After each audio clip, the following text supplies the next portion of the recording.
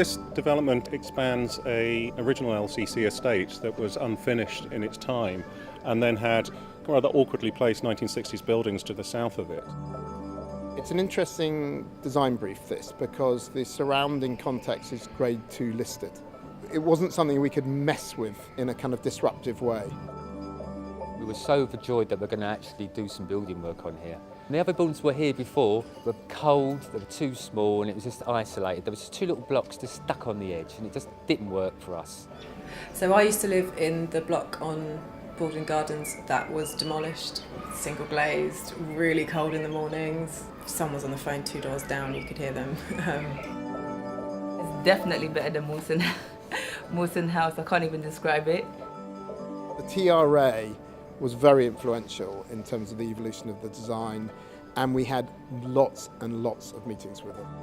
And it just made the community want to be in it, because they could put their word into it. It was like, oh, we've got a word in it. Yes, you have. The block behind us here, we moved from a little bit over there into line here as a result of some quite famous public consultation at the time, where a local resident actually suggested we move the whole block, and we all agreed with him, which was quite remarkable.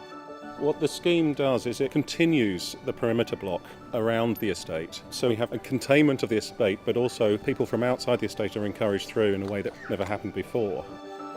At ground level, the design of the estate is very sociable. With the games area, really gives a focal point for the estate and somewhere for people to meet and take the kids or go and play football.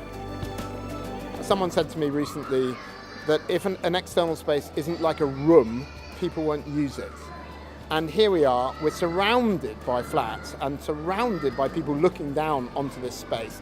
And as a result, somehow people are really happy to use it. The NHS is facing major health challenges. People are living longer, which is fantastic, but we're living with multiple long-term conditions, 1 in 4 of which are preventable. And the places we live can offer better choices and chances for living a healthier life. So if we have the ability to move around more, to walk to work, to cycle to school, then we are more physically active. So if you look around here, there's nice landscaping, so pedestrians are protected, but it feels like space that you can walk around, but there's still provision for parking and activity and play, and all of this leads to healthy streets design. And it's lovely that right here in the centre of Camden, there are people all over this estate, children running past. It's lovely to see it being so well used. The design of the individual homes, there's lots of natural light and good ventilation and good space, and also things like shared balconies, shared communal spaces. There's beautiful landscaping to make the area pleasant to walk around in. So having somewhere that encourages people to come out and socialise and play sport is fantastic for health and well-being in general. It's just a really joyful scheme. It is something that I do make an effort to detour and walk through. And now we're in a 2-floor house and all the bedrooms are upstairs, there's 2 bathrooms. It feels a lot more like a home. It feels very mixed and it feels like it's been done in a very equal way. From the outside, there's absolutely no difference between any of these flats. I'm going to say this, some are selling for £1 million and some are being rented for an affordable rent. It's a genuinely 10-year blind scheme.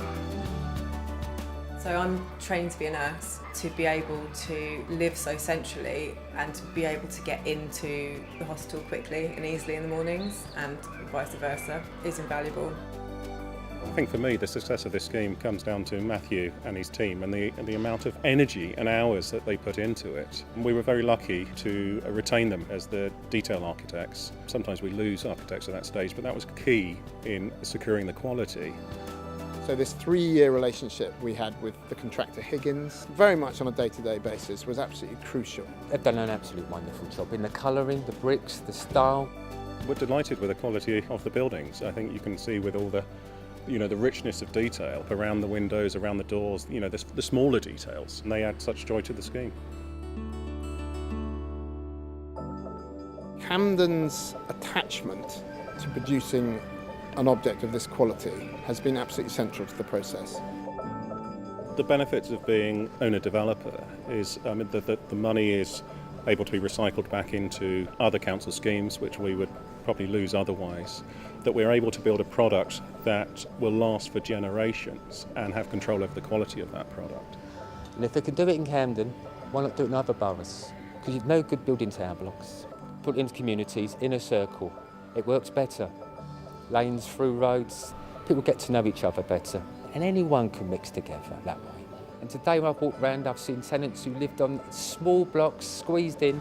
I've got lovely 4 beds on this side of the estate, lovely new flats. They're so happy. I see my kids growing up. Is very happy. I never thought I would get a place like this. But most of the time I had to tidy up with him. He's the hurricane in my room. And mine.